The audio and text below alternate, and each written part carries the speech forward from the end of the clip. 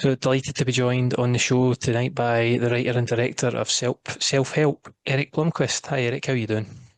Good, Andy. How are you? I'm great, thanks very much for joining me, and congratulations on the movie premiering for international premiere 23rd of August at Frightfest. Are you excited for that? Looking forward to it? Very much so. It'll be our third year at Frightfest, and it is one of our favorite places to be. Perfect. And you making it over for the premiere? Oh, we sure are. Me and my brother and a few other people from the movie are coming over.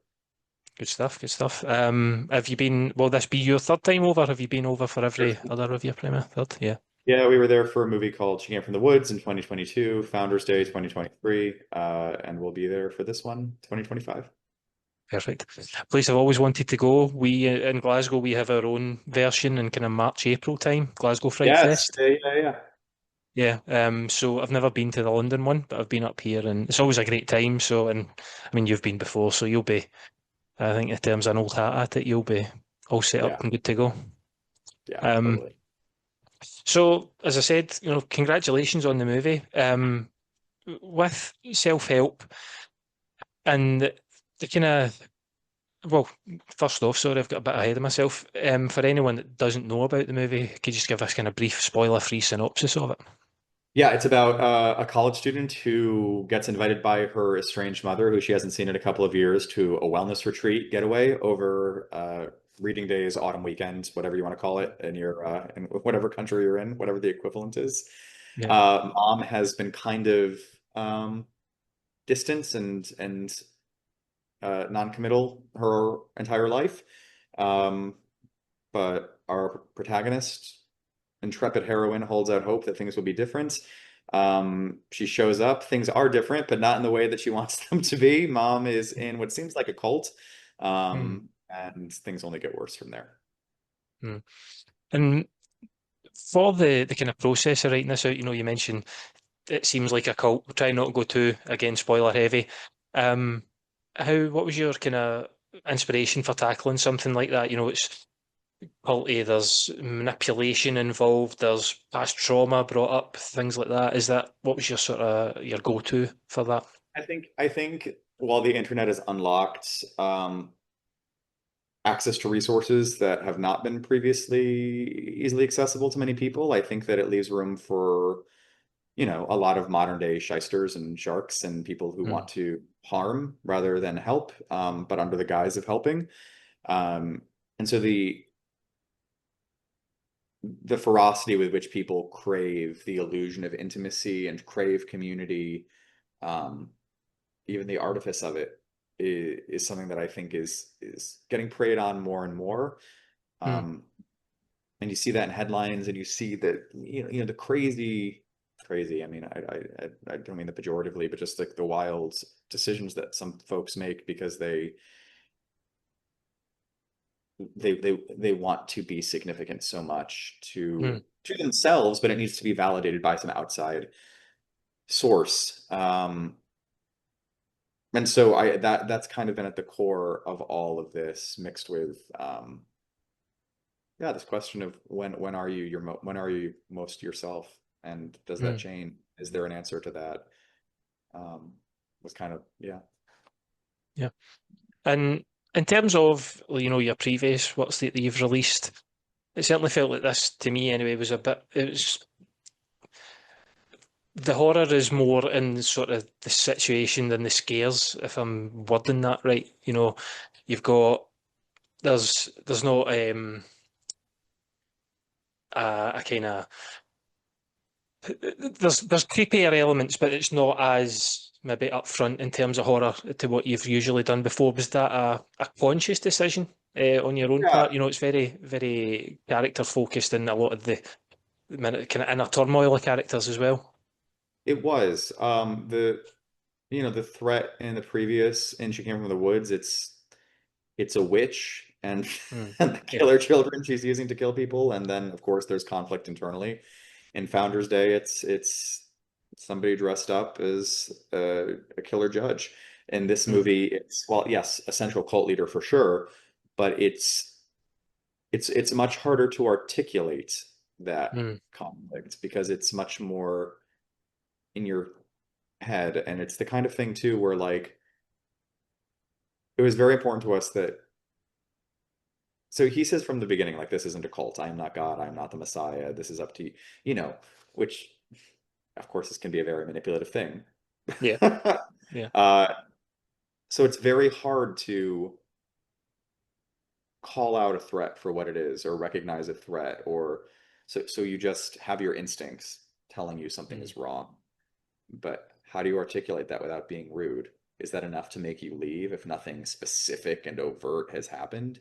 So you're mm, just left with this sense of unease and discontent and kind of a waning sense of trust in mm, yourself um, as things go on, and then of course get more, black and white bad.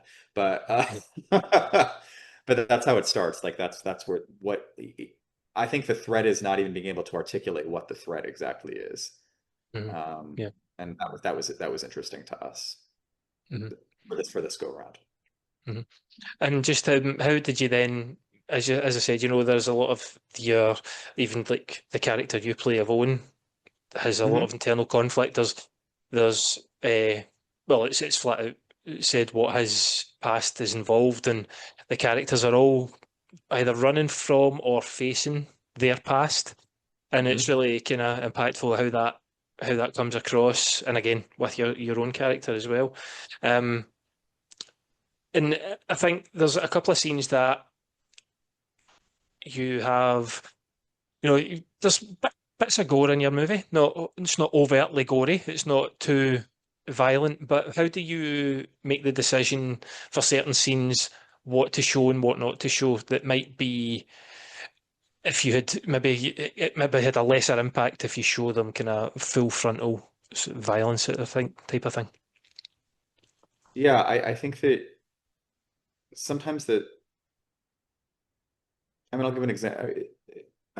What's my entrance point? Yeah, I think that on rewatch or if you clock it, like everybody kind of says what they're looking for when they get there, and if you follow their Mm, arc, you kind of they really do follow through on what they came saying that they're looking for. mm, Um, but I will tell you, I mean, there's one scene early on where one of the cult participants has a Carol Cadby plays a woman named Joanna who has a freak out by the fire, and she's kind of a mother who has made some bad decisions, and there's something about the self hatred and the self and all the regret and the freak out from somebody who you would expect to be a source of strength that feels so violent just in its nature. And I just from her audition, it was just like it felt like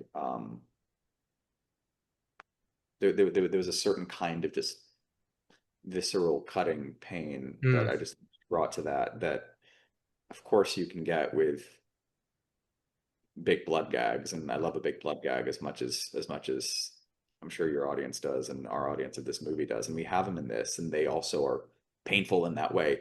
But I yeah. just think that you can find violence in other ways too, and you can cut in other ways, and I think that's a surprising way to do that. Mm, yeah. Yeah, it was a really interesting take on it. And I can see from your background, I like the kind of the different use of masks in this movie.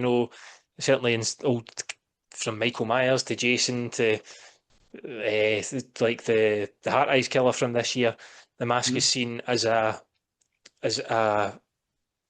hiding of an identity, whereas in this, yes, it's almost like an insecurity. I think with the characters that you have and them taking off that mask is the release of freedom, and it was just an interesting twist to use it because from the image, I think you could be misled as to what you're going into with self-help, but it is very, yeah, just an interesting kind of turnaround of that sort of trope.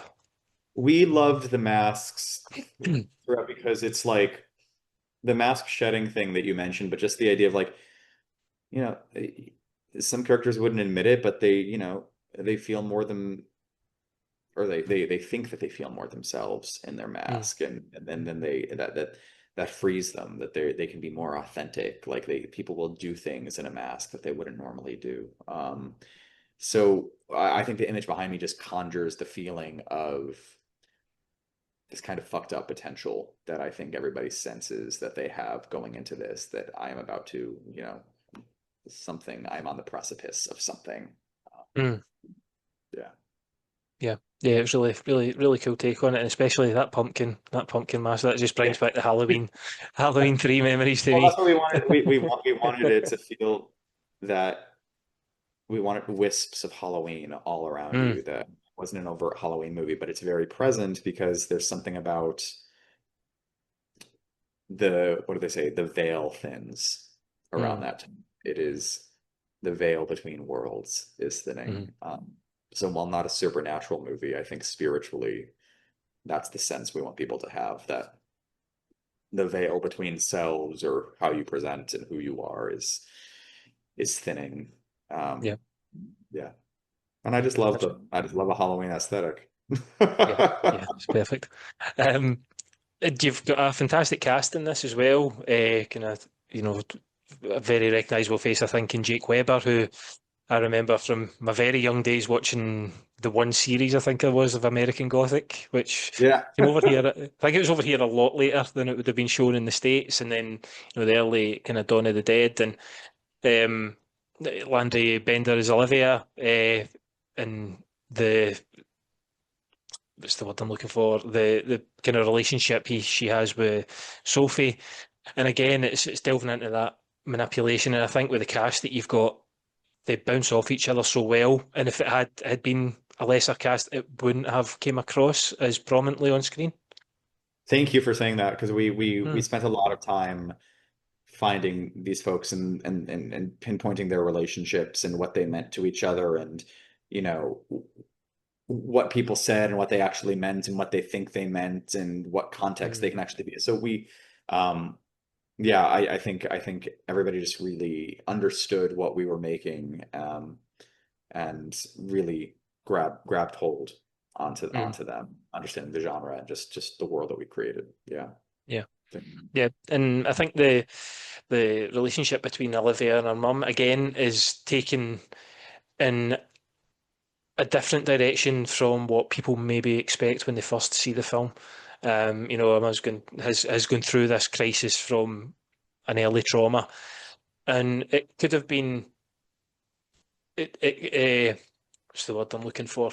It could have been portrayed in a different way, but I think it's the way that you've shown it on screen is, yeah, there's a manipulation and there's a a disconnect between the two, but it's not.